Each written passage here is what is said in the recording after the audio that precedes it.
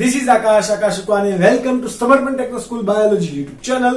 તમે જેની રાહ જોઈ રહ્યા હતા એટલે કે ચેપ્ટર નંબર 4 લેક્ચર નંબર 5 આપણે આજે એની શરૂઆત કરીશું. લેક્ચર નંબર 4 સુધીમાં આપણે ટોટલ 3 સમુદાય પ્રાણી સમુદાય જોયા. પહેલો સછિદ્ર, ત્યારબાદ કોષ્ઠાંત્રી અને ત્રીજો ગૌણ સમુદાય કે જેને આપણે કંકતધરા તરીકે ઓળખતા હતા. અને ત્યારે એન્ડમાં આપણે કીધેલું કે હવે તમે આ યાદ રાખજો. આઈ હોપ કે તમે યાદ રાખી દેશો. અને પછી આપણે એવું કીધેલું કે આપણે સૂત્રકૃમિ અને પૃથુકૃમિ લેક્ચર નંબર 5 ની અંદર જોઈશું. તો યસ, આ છે lecture number 5. Without wasting the time, let's begin. લાક્ષણિકતાઓ આપો સમુદાય પૃથુકૃમિ અથવા તો ચપટાકૃમિ. કેમ એને ચપટાકૃમિ કીધા? ઓકે, પૃથુ અને ચપટા. તમારે આ બે શબ્દ યાદ રાખવા પડશે કારણ કે આના પછીનો નેક્સ્ટ જે સમુદાય છે સૂત્રકૃમિ એ ગોળ કૃમિ તરીકે ઓળખાય છે. તો એના આકાર પરથી એને કેવું નામ આપવામાં આવે છે? ચપટાકૃમિ. ઓકે, તો તમને સમુદાયનું નામ ના આપતા તમને એ પૂછે કે ચપટાકૃમિ ધરાવતા સમુદાયના લક્ષણો વર્ણવો, ચપટાકૃમિ પ્રાણીઓના લક્ષણો વર્ણવો, આવું પણ પૂછે તો તમારે એનું એ જ સવાલનો જવાબ લખવાનો છે. ઓકે, કોનો આની અંદર સમાવેશ થાય એટલે કે ઉદાહરણ તરીકે કોણ હોય? એક તો આમાં પટ્ટીકૃમિ. કોણ હોય? પટ્ટીકૃમિ, પ્લેનેરિયા અને યકૃતકૃમિ. આની સિવાય ઘણા બધા છે, પરંતુ તમે આ ત્રણના એક્ઝામ્પલ આ એનસીઈઆરટી સિલેબસ મુજબ યાદ રાખો તો ઇનફ છે. કયા?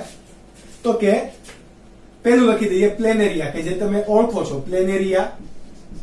ત્યારબાદ યકૃતકૃમિ, બરાબર, યકૃતકૃમિ અને ત્યારબાદ પટ્ટીકૃમિ. આ યકૃતકૃમિ અને પટ્ટીકૃમિના તમને ડાયાગ્રામ ઓલરેડી અહીંયા આપેલા છે. તો યકૃતકૃમિ જુઓ કેવું છે, એકદમ આગળનું નાળચું થોડુંક મુખ જેવું કંઈક બહાર નીકળે છે, પછી આમ ફૂલી ગયેલું છે વધારે. ઓકે, અને ઊંધું ત્રિકોણાકાર જેવું દેખાય. પટ્ટીકૃમિ તમે જુઓ તો લાંબુ, એકદમ લાંબી પટ્ટી હોય, ગૂંચળા જેવું કંઈક એવું કૃમિ દેખાય. પરંતુ પ્લેનેરિયા છે તો પ્લેનેરિયાના ડાયાગ્રામ તમે ફોટોગ્રાફ જોઈ શકો કે પ્લેનેરિયા કયા પ્રકારનું છે.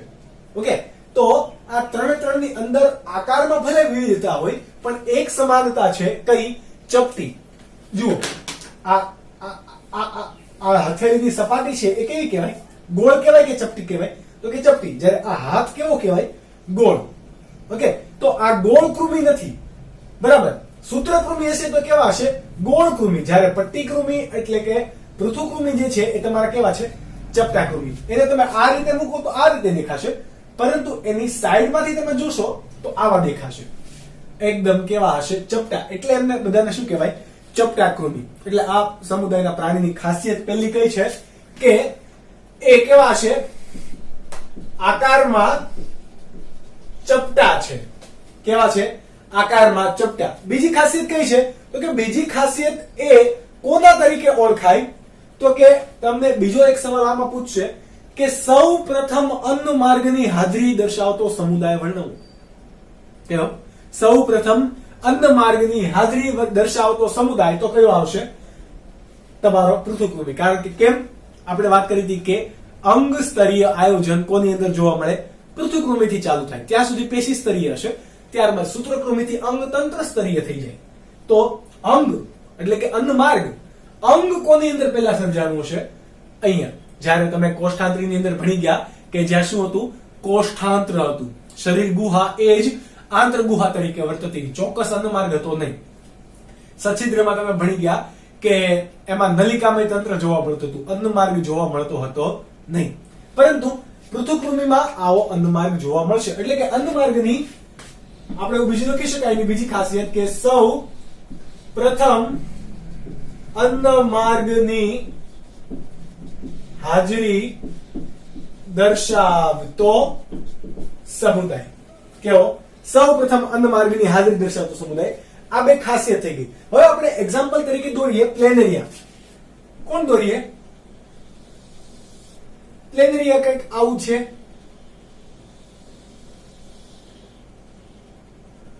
આ કૃમિ છે એક પ્રકારનું, બરાબર. આ ભાગે એની શું હશે? તો કે તમને એવું લાગે આંખ, પણ નહીં. આંખ અહીંયા હશે નહીં. આંખ નુપુરકના સમુદાયથી, નુપુરક એટલે કે અળસિયાની અંદર પણ બહુ સામાન્ય કક્ષાની આંખ હોય, એને આંખ હકીકતમાં કહેવાય પણ નહીં. ઓકે, તો આ આંખ નથી, એ ત્યાં બે ડોટ જેવી રચના આવેલી હશે, કાળા કાળા ટપકા જેવી રચના, તો એ આપણે દર્શાવીએ, પરંતુ આપણે એ પણ દર્શાવવું નથી. કેમ? તો કે આપણે આકારની વાત કરીએ છીએ. આનો આકાર આવો છે, પરંતુ જો એને તમે અહીંયાથી કાપશો તો એ તમને કેવું દેખાશે? એટલે કે તમે અહીંયાથી કટ કરો છો, કોના વડે કટ કરશો? તો કે સીઝર વડે. સીઝર એટલે કે કાતર વડે કટ કરો છો, અને આ છેડો આમ તમે જુઓ તો કેવો દેખાશે? આવો ભાગ. જો આખો ગોળાકાર નથી, નીચેની બાજુ, એટલે નીચેની બાજુને કેવી કહેવાશે? વક્ષ બાજુ. વક્ષ બાજુથી ચપટો, અને જ્યારે પૃષ્ઠ એટલે કે ઉપરની બાજુને શું કહેવાય? પૃષ્ઠ બાજુ. તો પૃષ્ઠ બાજુની બાજુ કેવો છે? થોડોક ફૂલેલો ભાગ છે, આવો કંઈક દેખાશે. ઓકે, એટલા માટે આને શું કહેવાય છે? ચપટાકૃતિ. નહીં તો તમારા મગજની અંદર આવો કોઈ ખ્યાલ આવે. આવો ખ્યાલ નથી. એક જ બાજુથી ચપટો, ત્યારે બીજી બાજુથી કેવો છે? ફૂલેલો છે. એટલે વક્ષ બાજુથી ચપટો અને પૃષ્ઠ બાજુથી ફૂલેલા પ્રાણીઓ આ છે. ત્યારબાદ એનું જોઈએ વસવાટ. ક્યાં જોવા મળે? કૃમિ. તમે એમ ઘણી વખત કહે ખબર કે કૃમિ થઈ ગયા છે, પેટમાં કૃમિ થયા. તો એક પેટમાં કૃમિ થયા કે શરીરમાં કૃમિ થયા એટલે કયા હશે? પૃથુકૃમિ. નો ડાઉટ સૂત્રકૃમિ પણ હોય, પરંતુ પેટમાં કૃમિ થશે તો એ કયા હશે? આ તમારા પૃથુકૃમિ. તો ક્યાં રહે છે? તો કે માનવ સહિતના સજીવમાં અંતઃપરોપજીવી તરીકે રહે. અંતઃપરોપજીવી તરીકે વસવાટ કરશે. What is અંતઃપરોપજીવી?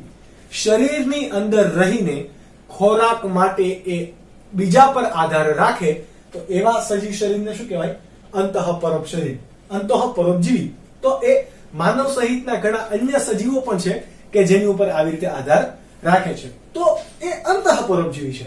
આયોજનની વાત કરીએ, કયા સ્તરનું આયોજન હોય? તો આપણને ખબર છે અંગ સ્તરીય. ક્યારે ખબર પડી? તો કે આપણે આગળના લેક્ચર નંબર 1 અને લેક્ચર નંબર 2 જોયા હોય તો ખબર હોય, અંગ સ્તરીય આયોજન હશે. ત્યારબાદ ગર્ભસ્તરની એમાં વાત કરીએ તો ગર્ભસ્તર કોષ્ઠાંતરી સુધી તમને દ્વિગર્ભસ્તરીય પ્રાણી જોવા મળ્યા. અહીંયા કેવા જોવા મળશે? ત્રિગર્ભસ્તરીય પ્રાણી. એટલે કે પૃથુકૃમિની અંદર કેવું છે? ત્રિગર્ભસ્તરીય આયોજન જોવા મળે. એમાં પણ આપણે ભણી ગયા હતા કે પૃથુકૃમિની અંદર પેલું દેહ કોષ્ઠ હોતો નથી. એટલે કે આવો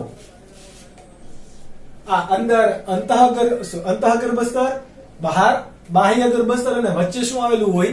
મધ્ય ગર્ભસ્તર. ફક્ત 3 ગર્ભસ્તર, અને દેહ કોષ્ઠ જોવા મળતો નથી. એટલે એને શું કહેવાશે? અદેહકોષ્ઠી પ્રાણી. અદેહકોષ્ઠી પ્રાણીઓ છે આ. ઓકે, સમમિતિની વાત કરીએ. જુઓ, આને તમે અહીંયાથી ધરી પસાર થતી હોય, બરાબર?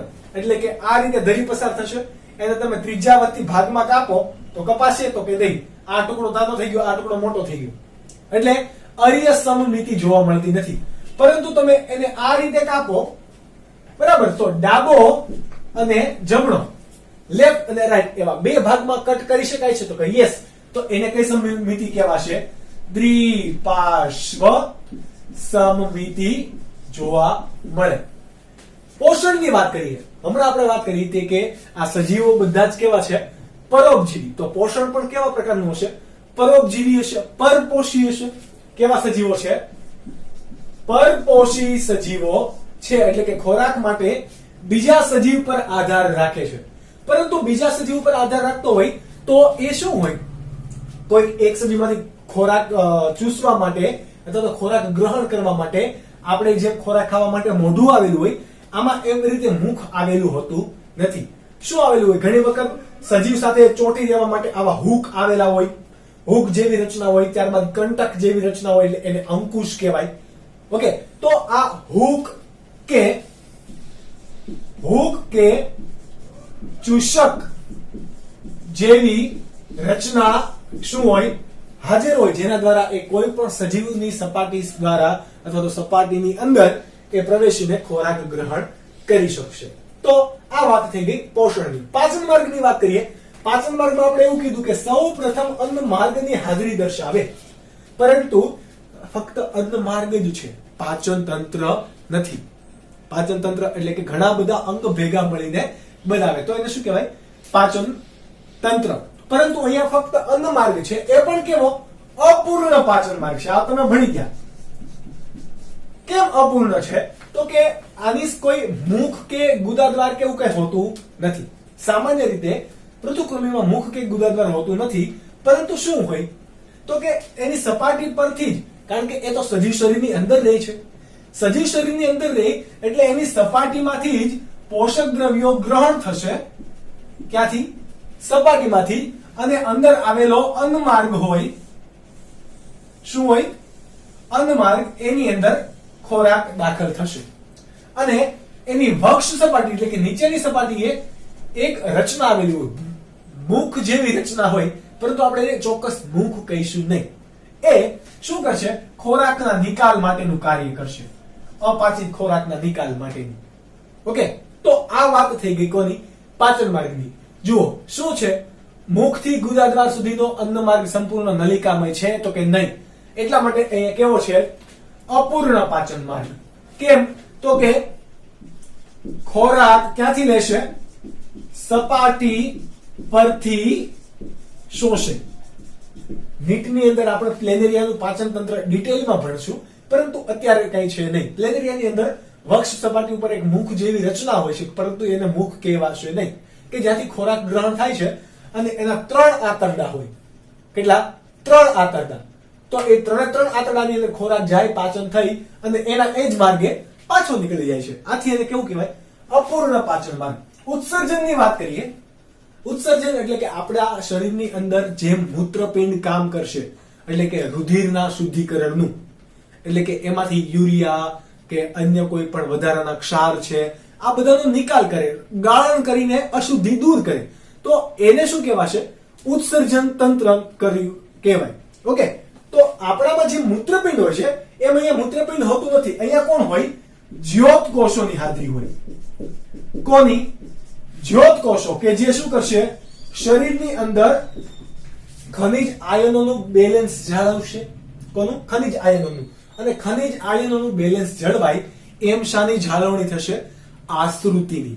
અને કોને કહેવાય આશ્રુતિ? તો તમે કદાચ 9મા 10મામાં આશ્રુતિ વિશે ભણી ગયા હોય, પરંતુ 11મા ધોરણની અંદર તમે ચેપ્ટર નંબર 11માં વધુ ડિટેલમાં ભણશો, પરંતુ જ્યારે એ ચેપ્ટર ચાલશે ત્યારે. પણ અત્યારે જોઈએ કે આશ્રુતિ એટલે શું? આશ્રુતિ એટલે કે આપણા શરીરની અંદર ધન આયન અને ઋણ આયનોનું બેલેન્સ થયેલું હોવું જોઈએ. જો બેલેન્સ થયેલું નથી તો આપણી શરીરની અંદર આયન સંતુલન જળવાશે નહીં. આ આયન સંતુલન જાળવવામાં મદદ કોણ કરશે? આશ્રુતિ. આશ્રુતિ એટલે કે એક પ્રકારનું પાણીના વહનની દિશા છે. પાણીના વહનની દિશા છે. ઓકે, તો આટલું અત્યારે તમે યાદ રાખો ખાલી આશ્રુતિ માટે, કે આશ્રુતિ એ હંમેશા કોના માટે જવાબદાર હોય?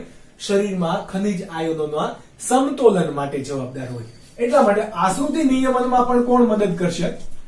જ્યોતકોષ. નિયમન. ઓકે, પ્રજનનની વાત કરીએ. તમારો બધાનો મોસ્ટ ફેવરિટ ટોપિક, કે પ્રજનન કઈ રીતે કરશે? અલિંગી રીતે પ્રજનન કરશે? તો કે યસ, પ્લેનેરિયા આપણે તો ભણી ગયા, એટલે કે અલિંગી રીતે કરશે. તો કે યસ. અલિંગીમાં કઈ રીતે કરે? અવખંડન. કયું? અવખંડન. તમે પ્લેનેરિયાને અહીંયાથી કાપી નાખો, અહીંયાથી કાપી નાખો, અલગ અલગ ટુકડા થઈ ગયા, તો આ એક ટુકડો એના ગુમાવેલા ભાગ એટલે કે આ ભાગ વિકસાવશે, આ ટુકડો નીચેના 2 ભાગ વિકસાવશે, અને વચ્ચેનો જે ટુકડો છે એ ઉપરનો અને નીચેનો 2 ભાગ વિકસાવશે અને સંપૂર્ણ સજીવ તરીકે વર્તે. એટલે કે આ પ્રક્રિયાને શું કહેવાશે? અવખંડન. ત્યારબાદ લિંગી પ્રજનન કરશે? તો કે યસ. પરંતુ લિંગી પ્રજનન કરે અહીંયા નર પ્લેનેરિયું, માદા પ્લેનેરિયું આવું ક્યાંય અલગ અલગ પડશે નહીં. એટલે કે આ સજીવ કેવા છે? ઉભયલિંગી. ઉભયલિંગી સજીવો હોય તો અહીંયા શું કરે? સ્વફલન કરે. એટલે કે પોતાના નરજન્યુ અને પોતાના માદાજન્યુ. જ્યારે આપણામાં સ્વજનન નથી થતું. આપણા એટલે કે મનુષ્યની અંદર નરના શુક્રકોષો એટલે કે નરજન્યુ હોય, જ્યારે માદાના અંડકોષો એટલે કે માદાજન્યુ હોય. એ બંને વડે કંઈક ત્રીજી વસ્તુ બનવાની છે, એટલે કે એને શું કહેવાય? પરફલન કહેવાય. ઓકે, પરંતુ અહીંયા શું જોવા મળવાનું છે? સ્વફલન. પોતાની જાતે જ લિંગી પ્રજનન કરશે. કોની જાતે? પોતાની જાતે જ લિંગી પ્રજનન કરે. આવું તમે ક્યાં બીજું ભણી ગયા? તો કે આવું તમે ભણી ગયા વાદળીની અંદર કે પોતાના નર જન્યુ અને પોતાના માદા જન્યુ એને જનન પિંડો નથી, પરંતુ સછિદ્ર તો પણ લિંગી પ્રજનન કરે છે. તો કયું હશે? સ્વફલન. એવી રીતે અહીંયા પણ શું જોવા મળે છે? સ્વફલન જોવા મળે છે. હવે સ્વફલન દ્વારા તમારો વિકાસ સજીવ ક્યાં બનશે? આના નર જન્યુ છે, આના માદા જન્યુ છે, કે એકની એક સજીવની અંદર રહ્યા તો ફલનની પ્રક્રિયા એટલે કે નર જન્યુ અને માદા જન્યુ બંનેના જોડાણની પ્રક્રિયા ક્યાં થશે? શરીરની અંદર કે શરીરની બહાર? શરીરની અંદર. તો એને શું બીજું કહેવાય? અંતઃફલન. તમે આવા ઘણા શબ્દો સમુદાય સછિદ્ર અને સમુદાય કોષ્ઠાંતરી કંકતધરાની અંદર સાંભળ્યા હશે, વાંચ્યા હશે. તો અંતઃફલન જેમ કે મનુષ્યની અંદર, કોની અંદર? મનુષ્યની અંદર ગર્ભ ક્યાં બને? પ્રજનનની પ્રક્રિયા કરીને શુક્રકોષો એ માદાના ગર્ભાશયમાં જાય છે, બરાબર? એ ગર્ભાશયની અંદર જ એ અંડકોષને મળશે. તો ફલન સજીવ શરીરની અંદર થયું ને, તો એને શું કહેવાય? અંતઃફલન. અને વિકાસ પણ ક્યાં થાય છે? શરીરનો અંદરની બાજુએ થાય છે, તો અંતઃ વિકાસ પણ થાય. પરંતુ જેમ કે પક્ષી હોય તો એની અંદર શું થાય? ફલન અંદર થાય, પરંતુ એ ઈંડું મૂકીને બહાર, એટલે વિકાસ કેવો થાય? બહાર. સમજ પડી? આ એક વસ્તુ તમારે યાદ રાખવાની. જેમ કે દેડકા છે, તો દેડકાની અંદર નર દેડકો હોય એ શુક્રકોષ પાણીમાં મૂકે અને માદા દેડકો હોય એ અંડકોષ પાણીમાં મૂકે. પછી આ શુક્રકોષ અને અંડકોષ એ પાણીમાં ભેગા થાય અને ફલન કરે, ફલિતાંડ બને અને ટેડપોલ બનાવે, બરાબર? એટલે કોઈને ખબર નથી હોતી મારા મમ્મી કયા, મારા પપ્પા કયા. ડીએનએ ટેસ્ટ કરાવો તો કદાચ ખબર પડી જાય, પરંતુ એમને ખબર હોતી નથી. કેમ? તો કે ફલનની ક્રિયા ક્યાં થઈ? બહારના માધ્યમની અંદર પાણીમાં થઈ, બરાબર? સજીવ શરીરની અંદર થઈ ગઈ તો એને શું કહેવાશે? બાહ્ય ફલન. પણ અહીંયા કયું જોવા મળે? અંતઃફલન જોવા મળે. ત્યારબાદ વાત કરીએ વિકાસ. તો કે ફલન બાદ જે કોઈ પણ ઘટક બને છે એ એક્ઝેક્ટ આ કૃમિ જેવું દેખાય છે? તો કે નહીં, એક્ઝેક્ટ કૃમિ જેવું દેખાતું નથી. એક અલગ સ્વરૂપ છે. એટલે કે અહીંયા શું જોવા મળે? પરોક્ષ વિકાસ જોવા મળશે. કેવા પ્રકારનો? પરોક્ષ વિકાસ કે જેમાં વિવિધ કેવી અવસ્થા? ડિંભીય. ડિંભની અવસ્થાને શું કહેવાય? ડિંભીય અવસ્થા, અથવા તો એને કહેવાય લાર્વા.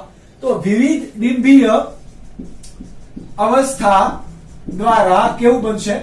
પુખ્ત બનશે. ઓકે. અને છેલ્લે તમારે શું વર્ણવી દેવાના? એમના ઉદાહરણ. 3 ઉદાહરણ તમારે વર્ણવવાના. તમને આ 3 માર્ક્સની અંદર, 2 માર્ક્સની અંદર તમને પૂછે, 3 માર્ક્સમાં ના પૂછે. પ્લેનેરિયા, યકૃત કૃમિ અને પટ્ટી કૃમિ. ઓકે, છે એકદમ સિમ્પલ. તો ફરીથી તમારી સ્ક્રીન સામે જે સ્ક્રીનશોટ રહેલો છે એ વિડિયો પોઝ કરો. વિડિયોમાંથી તમે બધી જ વસ્તુ આપણે જે રીતે બોર્ડ પર લખેલી એ રીતે નોટ ડાઉન કરવાની ટ્રાય કરો અને મેક શ્યોર કે તમે એને યાદ રાખો. ત્યારબાદનો બીજો સમુદાય છે પૃથુકૃમિ બાદ એનો કાકાનો છોકરો, એટલે કે કોણ? સૂત્રકૃમિ. કેવો? સૂત્રકૃમિ. આપણે વાત પહેલા કરી હતી કે પૃથુકૃમિ એટલે કે ચપટા કૃમિ, જ્યારે સૂત્રકૃમિ એટલે કે ગોળ કૃમિ. તો કેમ એને ગોળ કૃમિ કીધા? તો આની પેલી ખાસિયત શું છે કે આ સજીવો એકદમ કેવા છે? લાંબા, નળાકાર અને છેડેથી અણીદાર. કેવા? લાંબા, નળાકાર અને છેડેથી કેવા છે?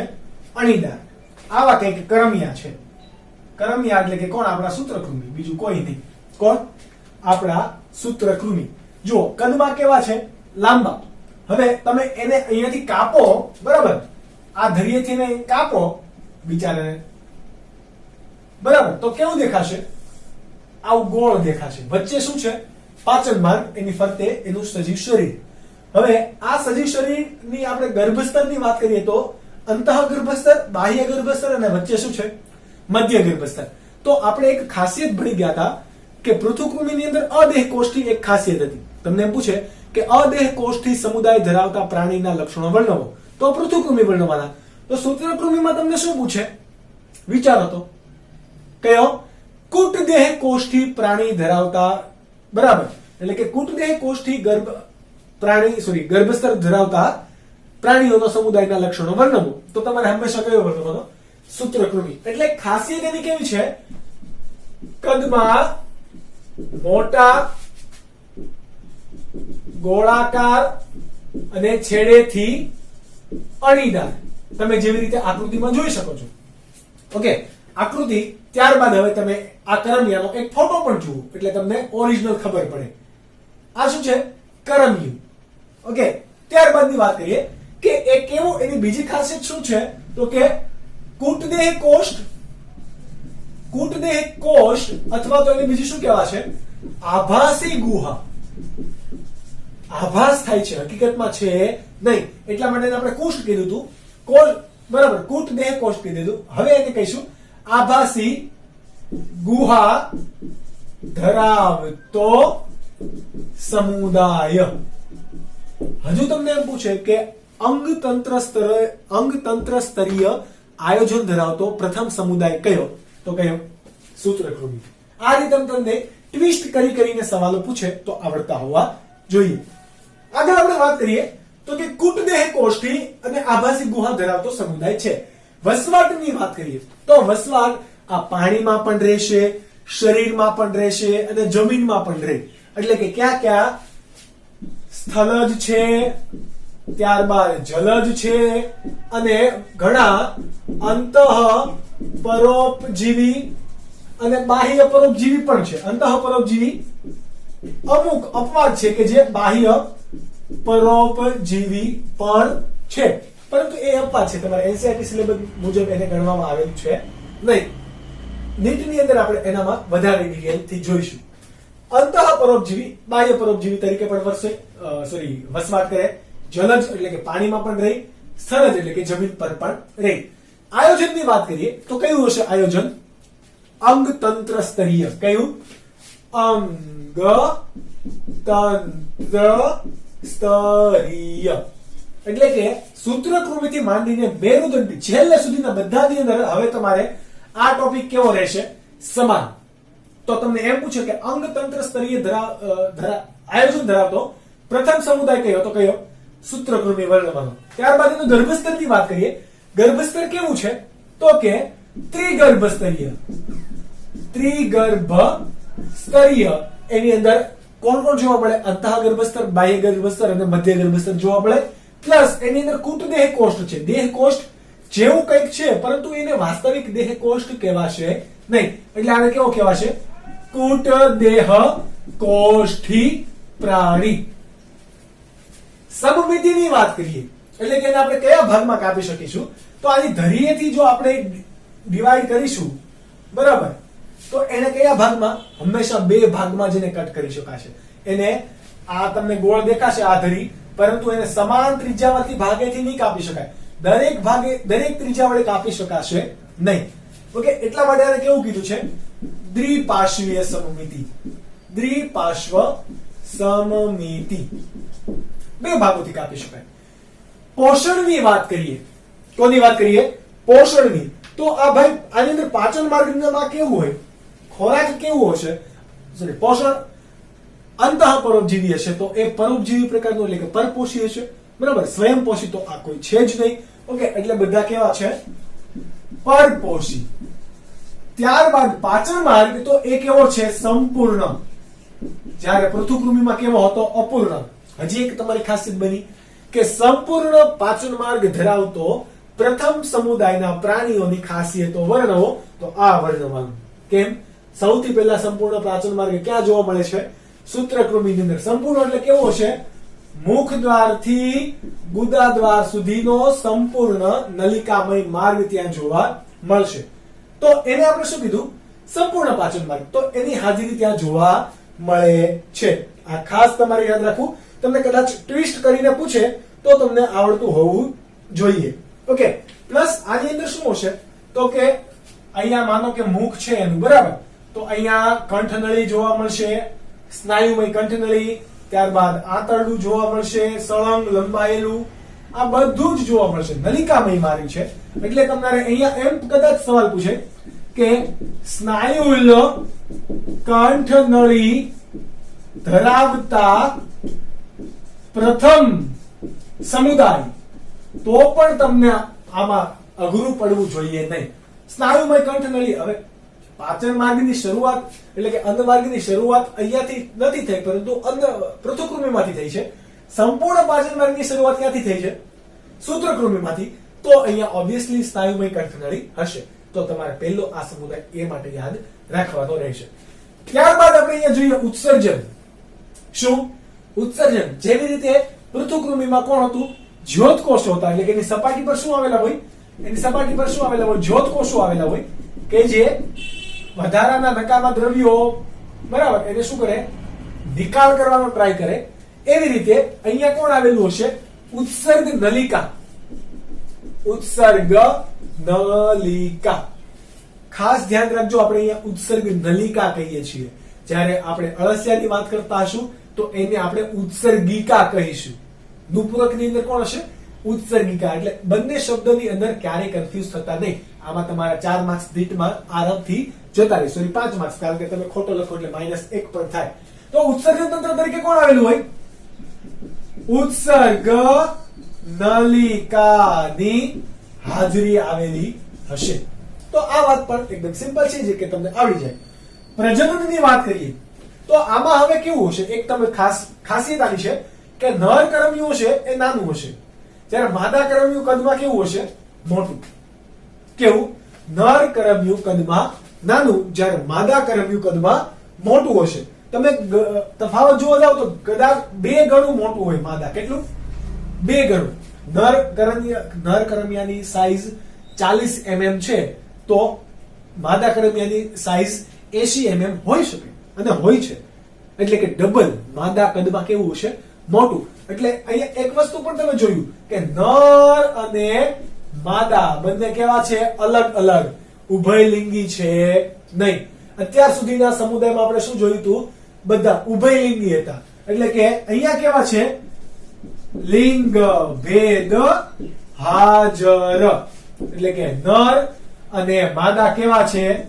અલગ અલગ. નર કદમાં કેવું? નાનું, જ્યારે માદા કદમાં કેવું? મોટું. નર કદમાં કેવું છે? નાનું, અને માદા કદમાં કેવું? મોટું. ત્યારબાદ પ્રજનનની વાત કરી રહ્યા છીએ તો આના પ્રજનન અંગો પ્રજનન કરવા માટેના અંગો કેવા હશે? નલિકામય અંગો હશે કે જે એક છેડે ખુલતા હશે. કેવા હશે? પ્રજનન અંગો નલિકામય. નલિકામય પ્રજનન અંગોની હાજરી હશે. હવે લિંગી પ્રજનન આ કરે છે તો આની અંદર શું થશે? તો કે લિંગી પ્રજનન બાદ શું બને? ફલિતાંડ બને. ક્યાં બનશે ફલિતાંડ? તો કે સજીવ શરીરની અંદર. એટલે કે વિકાસ કેવો? ફલન કેવું છે? અંતઃફલન જોવા મળશે. કેવું? અંતઃફલન જોવા મળે. ફલન બાદ મળતો સજીવ એ કેવો છે? કરમિયા જેવો દેખાય છે? તો કે યસ. કેવો દેખાય છે? મોટા ભાગના સૂત્રકૃમિની અંદર બનતા બાળ સજીવો એ કેવા હશે? એ પુખ્ત પ્રાણી જેવા જ દેખાશે. એટલા માટે અહીંયા વિકાસ કેવો હશે? મોટા ભાગે વિકાસ કેવો? મોટા ભાગના સજીવો કેવા જોવા મળશે? પ્રત્યક્ષ વિકાસ જોવા મળશે. એની અંદર પરોક્ષ વિકાસ કે ડિમ્બીય અવસ્થા જોવા મળશે નહીં. પણ યસ, એમાં પણ અપવાદ છે કે જે અપવાદની આપણે નીટમાં વાત કરીશું. અહીંયા અપવાદનું કોઈ કામ છે નહીં. મોટા ભાગના આપણે કીધું છે પ્રત્યક્ષ વિકાસ દર્શાવશે, એટલે કે ડિમ્બીય અવસ્થા જોવા મળશે નહીં. ઉદાહરણની અંદર આપણે જોઈએ તો ઉદાહરણની અંદર પહેલું જ લઈએ, કારણ આપણે જેની વાત કરીએ છીએ, એટલે કે કોણ? કરમિયું. કરમિયુંને ઇંગ્લિશમાં શું કહેવાશે? તો કે રાઉન્ડ વર્મ. વર્મ એટલે કે કરમિયું, કીડા જેવું, બરાબર. વર્મને શું કહેવાય? કીડો. કૃમિ આપણે કહેવાય. વર્મને શું કહેવાય બીજું? કૃમિ. ત્યારબાદ આપણા પાસે છે વુકેરિયા, અથવા તો કહેવાય વાઉચેરિયા, બરાબર. વુકેરિયા અથવા તો એને વચાશે વાઉચેરિયા, કે જે કોના તરીકે વર્તે? તો કે ફિલારિયા વર્મ. બરાબર. તમને પેટમાં કવળતું હોય તો એ કરમિયા હોય. ત્યારબાદ હાથીપગો થાય તો એ કયા હોય? આ વુકેરિયા હોય. હાથીપગા માટે જવાબદાર કોણ? આ વુકેરિયા. આ ખાસ યાદ રાખજો. ઓકે. ત્યારબાદ હજી આપણા પાસે એક છે, તો એનું નામ છે એન્સાયોસ્ટોમા. કેવું? એન્સાયોસ્ટોમા, કે જે કોના તરીકે ઓળખાય? હૂકવર્મ તરીકે. કેવા તરીકે? હૂકવર્મ. શા માટે? તો કે એની આગળની સપાટી બાજુ આમ કોઈ પ્રાણી સાથે જોડાઈ રહેવા માટે હુક જેવી રચના આવેલી હોય. અમુક એવા સજીવો છે કે જેના મોઢા ઉપર આમ કોઈ પ્રાણીમાંથી ખોરાક લેવા માટે પિન જેવી રચના આવેલી હોય તો એને પિન વર્મ કહેવાશે. પરંતુ એ બધા અલગ અલગ પ્રાણીના નામ આપણે નીટમાં જોઈશું. ત્યાં સુધીમાં તમે આટલું નોટ ડાઉન કરી લો. હવે તમારા સ્ક્રીન પર રહેલો છે જે સ્ક્રીનશોટ, એ સ્ક્રીનશોટ પણ તમે જુઓ અને નોટબુકમાં ઉતારવાની ટ્રાય કરો. મળીશું આપણે નેક્સ્ટ લેક્ચરમાં. ત્યાં સુધી મહેનત કરતા રહો. બાય બાય અને ટેક કેર.